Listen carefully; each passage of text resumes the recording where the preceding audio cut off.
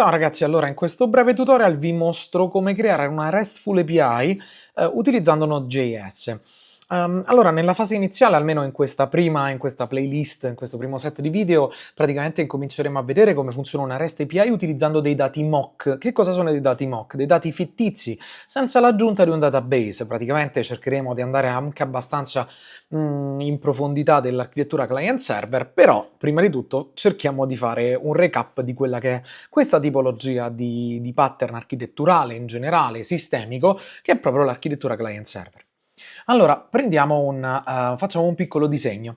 Allora, immaginiamo fondamentalmente, proprio per semplificare, che il nostro client equivale al browser, ovvero tipo Google Chrome, Firefox o quello che volete, no? Allora, l'idea qual è? Noi interagiamo direttamente con Google Chrome. Che cos'è Google Chrome?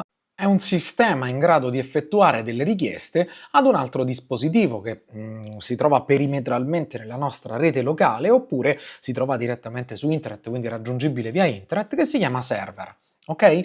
Questo praticamente che cos'è il server? È un computer, ok, dove praticamente risiede un processo che si chiama web server, ok, in grado di ricevere le richieste da parte del client e quindi in questo caso del nostro browser, ok?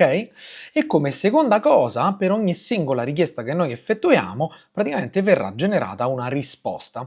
In gergo tecnico, quindi proprio per andare a definire queste tipologie di richiesta e tipologia di risposta, noi sappiamo che utilizziamo il protocollo HTTP e quindi con le varie specifiche della pila protocollare ISO-OSI, su cui faremo un approfondimento su un'altra playlist, però tutte le richieste che vengono effettuate dal client possono essere definite come HTTP request. Perché HTTP? Perché questo è il protocollo di comunicazione HTTP in questo caso, e ogni singola risposta praticamente prende il nome di HTTP response. Vi ricordo che ci sarà sempre una corrispondenza univoca tra un HTTP request e un HTTP response, ok? A questo punto che cosa succede? Vi ricordo una cosa estremamente importante. Immaginiamo che il client potrebbe non essere semplicemente Chrome, quindi in questo caso per una questione semplificativa l'abbiamo identificato così, però possiamo immaginarlo come un client generico. Ok, che cos'è un client generico? Praticamente potrebbe essere anche un altro software, ok, ovvero un'altra tipologia di automatismo, qualcosa che comunque sia basa la sua ragione d'essere comunque per effettuare richieste al web server o altro. Bene, qual è la situazione un po' più particolare che stiamo cercando di configurare, ragazzi? La cosa un po' più importante è come vengono scambiate queste informazioni tra client e server, quindi andiamo a focalizzarci su questa tipologia di comunicazione. Bene, allora, su cosa facciamo un approfondimento? Datemi un attimo che lo sposto un po' di qua. Allora, l'idea è che le tipologie di HTTP request, quindi stiamo parlando di questa parte qui, ok? Quindi dell'andata dal client verso il server, possono assumere due tipologie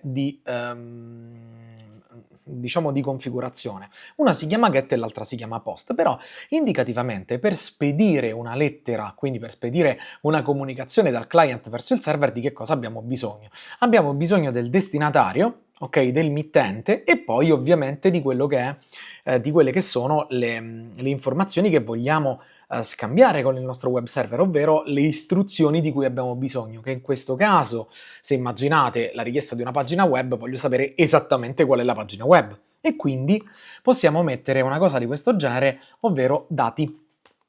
Quindi destinatario, mittente e i dati.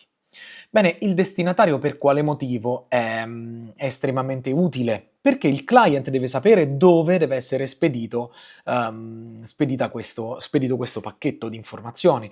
Ok? Il mittente servirà al server per effettuare e quindi per restituire l'HTTP response e quindi il mittente sarà poi il destinatario in quest'altra parte qui e i dati sono effettivamente la risorsa richiesta. Bene, tecnicamente qual è la situazione? Questa tipologia di configurazione prende il nome di GET perché? Perché in una parte comune, ok, sia che contiene sia destinatario che emittente che dati, ok, praticamente ci mette tutto, questa zona qui si chiama header della mia richiesta. Quindi la richiesta praticamente contiene tutto. Ci siamo? Il problema di questa tipologia di approccio è che in pratica è come se fosse una sorta di cartolina.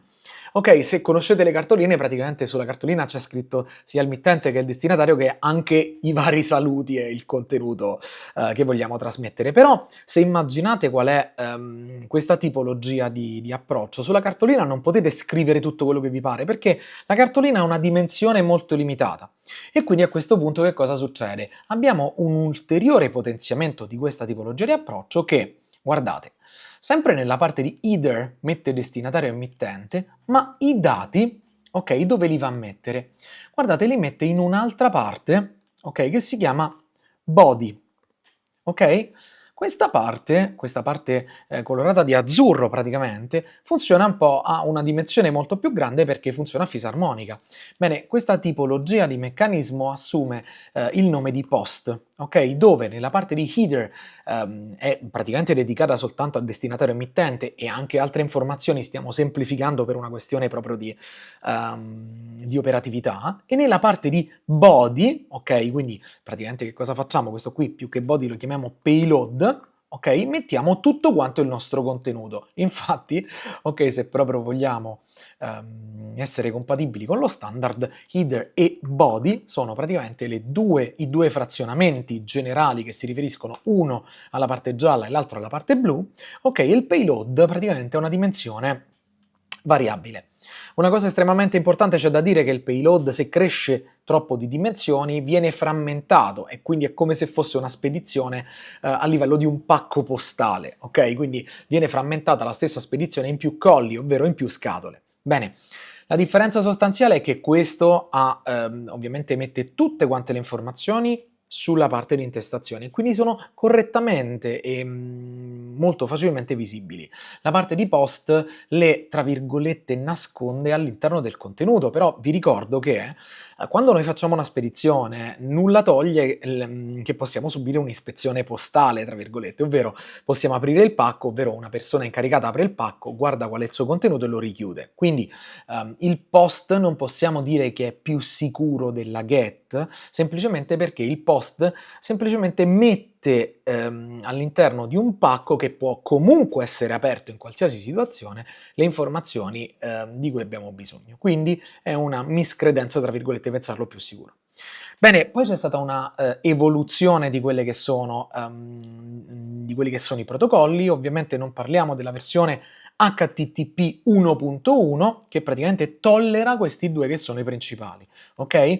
Bene, c'è stata poi un'evoluzione con l'andare avanti della tecnologia e la POST, tra virgolette, si è affiancata anche a delle altre tipologie di richiesta che sono per esempio la delete e la put e la patch, ok?